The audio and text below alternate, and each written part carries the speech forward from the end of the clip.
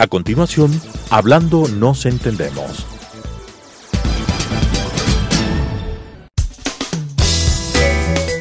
Clasificación A. Apto para todo público.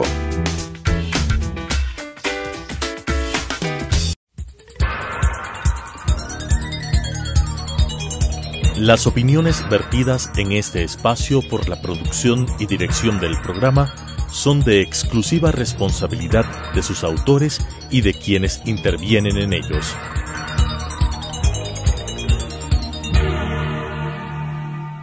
Telesucesos Canal 29 UHF presenta Hablando nos entendemos, un programa de la Academia Ecuatoriana de la Lengua con la conducción de Gonzalo Ortiz Crespo. Hablando nos entendemos. Buenos días, buenas tardes o buenas noches. Usted nos puede ver en directo, pero también a través de las otras plataformas que tenemos, por ejemplo en YouTube. Este es del programa Hablando nos entendemos, de la Academia Ecuatoriana de la Lengua. Soy Gonzalo Ortiz y empezamos con las noticias. Noticias de la lengua y la cultura. Lamentablemente, dos notas luctuosas. La muerte de Gustavo Alfredo Jácome, miembro de la Academia Ecuatoriana de la Lengua, que falleció a los 106 años de vida. Una vida muy larga y muy dedicada a la cultura y especialmente a la lengua. Fíjense que a los 94 años escribió un libro que trataba sobre el estilo de César Vallejo, el estilo de ese poeta peruano. Un hombre extraordinario que formó generaciones y generaciones de escritores, de personas que se acercaban al Ecuador, a su cultura, a su lengua, de varias formas a través de las obras de Gustavo Alfredo Jácome. Y otro fallecimiento, el de Euler Granda, un poeta que alcanzó los 82 años de vida y que murió en Portoviejo el jueves pasado. Euler Granda recibió el premio Eugenio Espejo, fue una persona muy destacada. Empezó cuando él estudiaba medicina en la Universidad Central a escribir unos versos. Su primer libro lo publicó a los 25 años, en el año 61, y desde entonces publicó, además de este primero, El rostro de los días, otros llamados Etcétera, etcétera, otro, Un perro tocando la lira, muy conocido, Bla, bla, bla, y otros poemas, antología personal y una nueva antología final que se llama Reaparición incesante, que fue publicada, me parece que hace 2 años, por la Pontificia Universidad Católica del Ecuador. Como homenaje a él, permítanme leerles un poema de Euler Granda.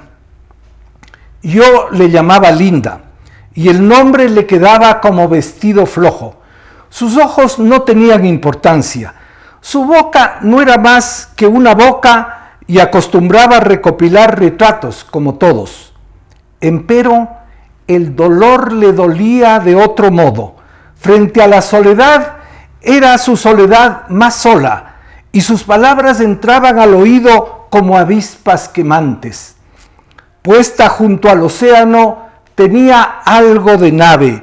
Por coincidencia extraña, como a mí, le gustaban los viajes. Por eso, aquella tarde, y ahí se termina el poema, nos deja la insinuación de lo que pasó aquella tarde. Luego les quiero dar las noticias de que la semana pasada fue una semana pletórica de libros. La semana pasada se lanzaron, no sé si 5 o 6 libros en el Ecuador. Por un lado, el libro de Francisco Carrión, Ecuador entre la inserción y el aislamiento, un libro de política internacional. 2 libros de Hernán Rodríguez Castelo. El martes de la semana pasada, 2 libros de Hernán Rodríguez Castelo.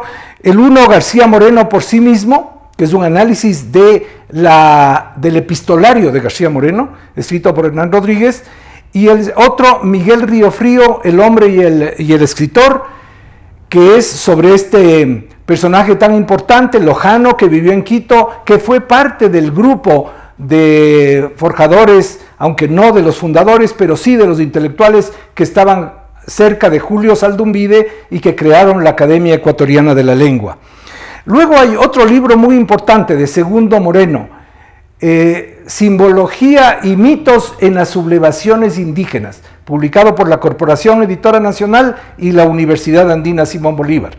Y otro publicado por la Universidad Andina Simón Bolívar, pero esta vez en coedición con el Fondo de Cultura Económica, es un libro de Guillermo Bustos, El culto a la nación, escritura de la historia y rituales de la memoria en Ecuador, 1870-1950.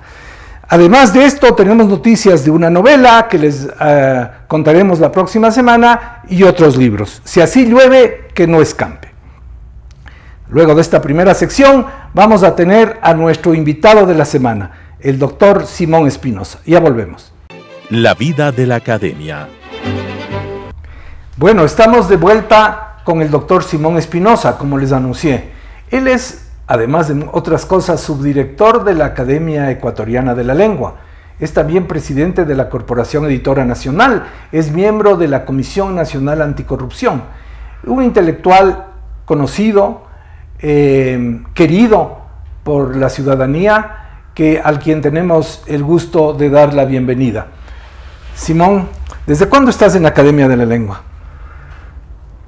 Gracias, Gonzalo, por la entrevista. Estoy en la Academia de la Lengua desde el año 2014. Ajá. Como saben, los miembros de la Academia de la Lengua son elegidos por los propios académicos. Es un sistema de cooptación, ¿no? Sí. Ellos votan por traer a un nuevo miembro a la Academia. Y estás de subdirector desde el año pasado, después de la muerte de Hernán Rodríguez Castelo, ¿no? Así es, sí. Y yo reemplacé en esta cooptación a Alfonso Barrera, el gran novelista ecuatoriano. Cuando él falleció, pasaste a ser miembro de número y luego subdirector de la Academia. Un tema que quisiera tratar contigo es el tema de la lexicografía y de los diccionarios, porque tú eres miembro de una comisión que tiene la Academia de la Lengua, que es la Comisión de Lexicografía. ¿De qué se trata la lexicografía? La lexicografía es simplemente el arte de hacer diccionarios. Y ese arte, como decía un señor escalígero del siglo XVI o XVII, decía que a quienes hacen diccionarios se les podría... me rectifico, ¿no? Decía, a los criminales, a los asaltantes y a los asesinos se les condena a muerte o a prisión. Pero yo propongo, decía Escalígero, que más bien se les condene a hacer diccionarios. De lo difícil que es el tema. Por lo difícil que es el tema, sí. Por lo tedioso que es el tema, por lo largo que es el tema. Porque hacer un diccionario, pues, supone una investigación en el pueblo que habla. Porque la norma de una lengua no es necesariamente la norma literaria de los grandes escritores, sino el que crea la lengua es la que crea el pueblo, pues no. Y por lo tanto, supone el caso del Ecuador, pues, ver cómo se habla en Esmeraldas y enviar investigadores, porque es una lengua distinta. En Manabí, en cada provincia es distinta, ¿no? Tiene sus peculiaridades, sus maneras de decir las diferentes cosas. En general nombramos todos a la silla, pero hay otras cosas, sobre todo en el lenguaje culinario, también en el lenguaje sexual, que hay muchas diferencias. Incluso en América Latina podríamos entendernos en el 90% de los términos, pero sí hay términos que no sabemos qué significan en el Perú o en Chile, por ejemplo. Claro, y precisamente hablando de lo sexual, don Hernán Rodríguez Castelo, el gran intelectual ecuatoriano que falleció el año pasado y del cual hablaste tú hace poquito, escribió alrededor de, no alrededor, pues, más de 120 libros. Uno de ellos, muy conocido, es El léxico sexual ecuatoriano. Pero el léxico sexual ecuatoriano tenía también referencias a la forma de los léxicos sexuales, de cómo se habla de sexo en distintos países de América Latina, de modo que era comparativo, ¿no? Un libro sumamente interesante porque tal vez una de las actividades que más se presta, pues, a una cantidad de nombres, de alusiones, de chistes, de comparaciones, de analogías, es la sexualidad. La actividad sexual. Sí. Y entonces ustedes se reúnen en la Comisión de Lexicografía todas las semanas y van analizando palabra por palabra, cada uno propone una palabra, van de alguna manera sistemática tratando en orden alfabético las palabras, ¿o cómo? Bueno, nos reunimos, sí, cada semana, los jueves por la tarde. Ya hay un corpus, es decir, un cuerpo de palabras que la academia había ido seleccionando y seleccionando y seleccionando a lo largo de los años y que obedecía en buena parte a unas becas que la academia, la Real Academia Española, daba a algunos chicos o chicas a los cuales llevaba a Madrid para que estudien lexicografía, que es pues la ciencia de componer diccionarios. Y te diría que, y ahora les voy a anunciar, que hay de nuevo una llamada de la Real Academia para una maestría en lexicografía. Así que quienes estén interesados, entren a la página web de la Academia Ecuatoriana de la Lengua, www.ecuatorianadelalengua.com, y allí van a encontrar la convocatoria y las bases para una maestría en lexicografía que se hace en Madrid. Sigamos. Bueno, entonces, ese corpus ya está hecho y contiene todas las palabras, digamos, de la A a la Z, pero nosotros estamos depurando cuáles son las que realmente se usan ahora, o las que están anticuadas, y también las vamos clasificando como vulgares o como de algunas zonas del Ecuador. Entonces, ahora estamos terminando la letra C, porque la letra C es la letra que más palabras tiene en la lengua castellana. Ah, yo creí que era la E. No, la C. La letra C contiene casi una cuarta parte o quinta parte de todas las letras del diccionario. ¿Qué cosa? Sí. Tanto. Bueno, Porque y ya además, que hablas tanto de diccionarios, contémosle al público, ¿para qué sirven los diccionarios? ya te voy a responder a esto.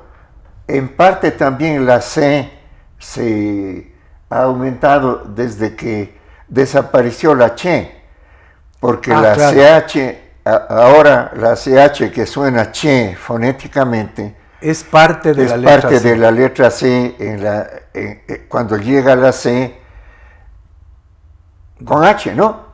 Ya. Después de FGH, CH, y empiezan todas las palabras que comienzan con che, con el sonido che. Claro, como chanchan, chimborazo, chunchi, etc. Chanchullo, ahora, chanchullo. Chanchullo. Ahora respecto de tu pregunta, ¿cuál era? ¿Que para qué sirven los diccionarios? Te voy a contar una anécdota que leí en un libro inglés. Por favor.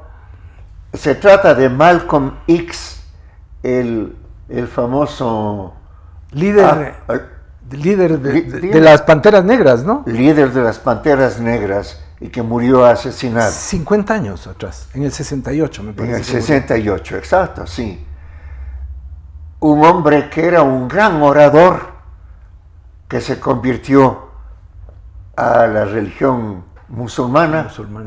Sí, pero para romper las tradiciones, todo era el como un desafío como desafío, sí, a lo establecido. A lo establecido, precisamente para resaltar la necesidad de defender a los afroamericanos y darles pues los derechos civiles que estaban olvidados para ellos. Le metieron en la cárcel y él tenía dificultad en escribir, no así en hablar, que tenía una elocuencia magnífica. Entonces, en la librería, en la biblioteca de la cárcel, pidió un diccionario y fue leyendo palabra por palabra y aprendiéndose de memoria.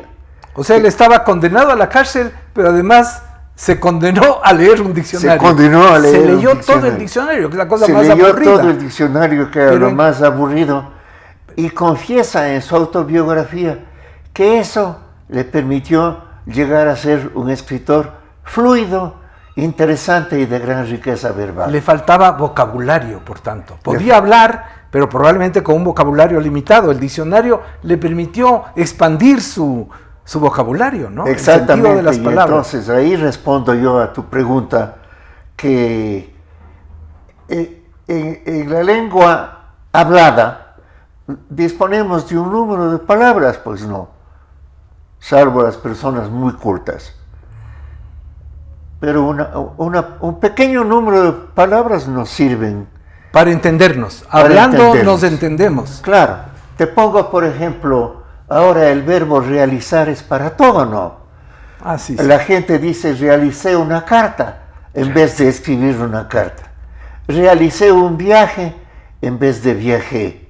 Realicé una conferencia en vez de di una conferencia. Dicté. Sí. En cambio, cuando tú tienes un diccionario y vas escribiendo, vas consultando. Si es que quieres que tu escrito sea bueno, sea elegante, sea entendido por todos, que realmente inspire, no puedes poner realicé. No, pues, no. Tienes que ir variando. Tienes que ir variando, tienes que ir además con la precisión de la palabra, ¿no?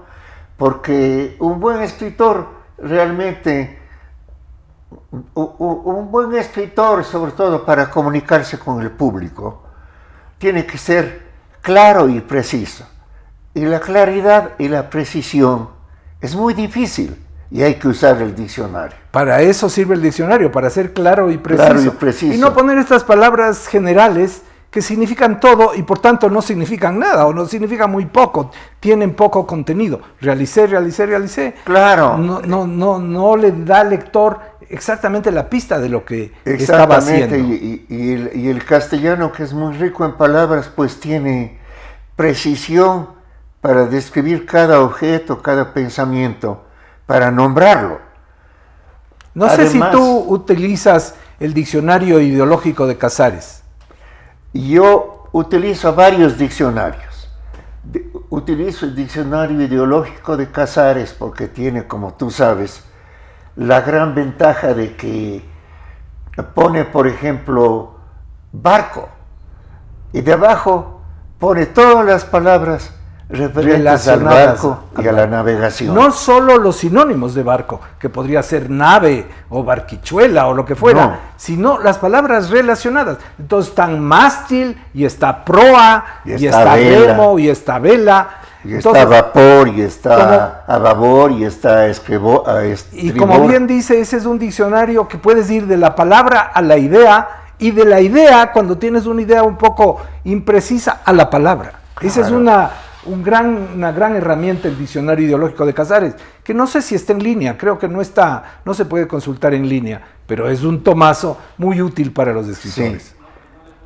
¿Cuáles otros utilizas tú? Yo utilizo el diccionario de María Moliner, que era una señora española bibliotecaria que mientras atendía tejía medias, tejía bufandas.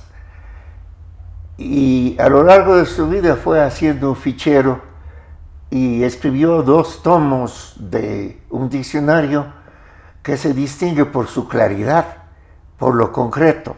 El diccionario del uso del español, de María Moliner. Y a la que la academia de aquella época, la academia de la Real Academia Española, no la hizo académica. ¿No fue académica? No, porque solamente eran hombres los académicos. Ahora el machismo pues, sí. de las instituciones culturales antiguas. Un machismo lexicográfico. Luego yo consulto un buen libro que es el diccionario de uso, pero solamente del uso del español de España por don Manuel Seco, que son 2 tomos grandes y que tiene la ventaja de que es muy sencillo. Te define la palabra y enseguida te pone ejemplos de autoridades. Ajá. Es un gran diccionario. Ahora, ¿y no se sobrepone con el de María Moliner? ¿Cuál sería la diferencia? La diferencia es que simplemente lo importante de Seco es que te pone una cita completa. Ajá. Con el nombre del autor. Del autor que utilizó Pero no esa es solamente una frasecita, sino es todo el contexto. Entonces, ese contexto te ilumina para entender la definición de antes. Qué bien. Sí. Qué bien. Ahora, ¿y algún diccionario ecuatoriano? Ahora hay un diccionario de un miembro de la academia sobre el uso del español en el Ecuador, ¿no? El de Fernando Miño. Miño Garcés. Este es un diccionario sumamente interesante, que es un diccionario de contraste entre el español hablado en Ecuador y el español hablado en España. Este diccionario proviene de una idea del Instituto Caro y Cuervo de Colombia, que es un instituto dedicado a la lengua española, al estudio de la gramática, de la lingüística, de la fonética, etc. Y la Escuela de Filosofía de la Universidad de Augsburgo en Alemania. Ellos, la Escuela de Lenguas, que está en la Facultad de Filosofía de Alemania, de esta universidad, que está en el sur de Alemania, cerca de Múnich, y es una ciudad antigua, que era del tiempo de los romanos, ¿no? Pero Augsburgo. Bueno, sí, Augusta Romanorum se llamaba o algo así. Ahí viene Augsburgo. Sí, Augsburgo. Quisieron hacer diccionarios de cada país de América Latina para hacer un gran diccionario de americanismos, pero solamente hizo Argentina, Colombia y algún otro país, no sé si Costa Rica. ¿Y el diccionario de ecuatorianismos de Carlos Joaquín Córdoba no era parte de ese proyecto? No era parte de ese proyecto. Entonces fue Fernando Miño, director del Departamento de Lenguas de la Universidad Católica allá, y se ha tardado 30 años en hacer ese diccionario, que es un muy buen diccionario, muy preciso, y que termina además con una nomenclatura de los árboles, de la fauna y de los animales, de la flora. Los nombres comunes. Los nombres comunes con el nombre científico, sí. Muy bien, estamos terminando y no sé si vamos concretando. Lo primero que hemos tratado aquí es qué es la lexicografía y luego para qué sirven los diccionarios. Y tenemos unas cuantas primicias. ¿Qué diccionarios usa Simón Espinosa? Creo que es extremadamente interesante esta parte del programa, pero para que no se nos atropellemos al final, ¿querías decir algo más sobre el tema de diccionarios? Sí, quería decir que Ecuador ha tenido muy buenos lexicógrafos. Por ejemplo, hay un excelente diccionario de ecuatorianismos hecho por el doctor Córdoba Malo. Carlos Joaquín Córdoba. Carlos Joaquín Córdoba Malo, con predilección para las palabras de Azuay y de Loja. Un diccionario que es delicioso porque él no es tan riguroso, él en el sentido de solamente poner la definición, sino que cuenta a veces anécdotas y pone ejemplos. Ejemplos, sí. Es muy, muy rico. Él también fue director de la Academia Ecuatoriana de la Lengua. Era un hombre que no se dedicó especialmente, no parecía que era su profesión, no era un maestro de la literatura, un profesor de colegio, se dedicó a otras cosas, fue superintendente de bancos, estuvo en otras áreas, pero al mismo tiempo tenía una afición muy grande por las palabras, y a lo largo de su vida fue haciendo este fichero que le llevó a hacer el diccionario. Claro. Un hombre admirable, Carlos Hay Córdoba. también otros diccionarios interesantes, por ejemplo el de Justino Cornejo, que es diccionario del AMPA de Guayaquil, o sea, del habla de la clase baja, de la clase, no baja, de la clase metida en el delito. En el delito, sí, por ejemplo. U otras cosas que no son... Bueno, está el famoso diccionario español, quichua español, del doctor Luis Cordero Crespo, que todavía se sigue editando, ¿sí? Y que todavía se usa porque es tan bueno, sí, tan bien hecho, tan completo, que todavía se usa.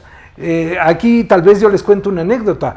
El doctor Rodrigo Borja me solía llamar, bueno, para varias cosas, como buen amigo que es, y también miembro de la academia, pero a consultar qué decía el diccionario de Luis Cordero sobre esta o aquella palabra quichua. El doctor Borja, como también un cultor de la lengua, quería saber exactamente a veces los significados de las palabras quichuas y me llamaba. Ahora ya tiene el diccionario y entonces consulta directamente y no necesita hacer la consulta telefónica conmigo. Pero, perdona que te interrumpa, precisamente el doctor Rodrigo Borja es miembro de la Comisión de Lexicografía. Es también miembro de la Comisión de Lexicografía. Sí. Y te diré que el doctor Luis Cordero Crespo pues, creció en el campo junto con indígenas. Entonces, él dominaba el quichua. Claro, e incluso tiene poesía quichua, ¿no? Poesía por ejemplo, quichua. El Rimini Yachta Rimini, que es patria querida o algo, yo no sé quichua desgraciadamente, sí. Otro hombre extraordinario, porque además fue agricultor, introdujo nuevas especies al Ecuador, por ejemplo las famosas araucarias. Él fue el primero que trajo araucarias al Ecuador. En fin, podemos conversar muy largo, pero hoy ha sido una muy rica experiencia tenerle a Simón Espinosa, subdirector de la Academia Ecuatoriana de la Lengua, en este espacio. Tendremos el gusto de tenerle nuevamente en un futuro cercano. Muchas gracias, Simón. A ti te agradezco por tu excelente forma de preguntar.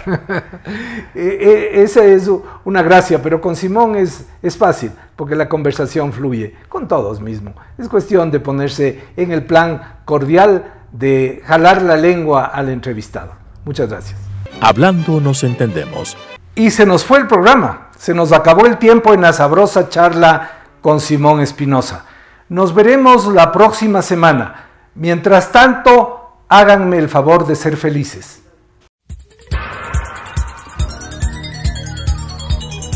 Las opiniones vertidas en este espacio por la producción y dirección del programa son de exclusiva responsabilidad de sus autores y de quienes intervienen en ellos.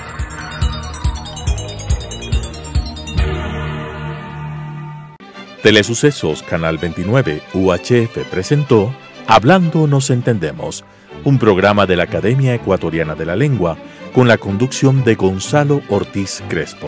Hablando nos entendemos,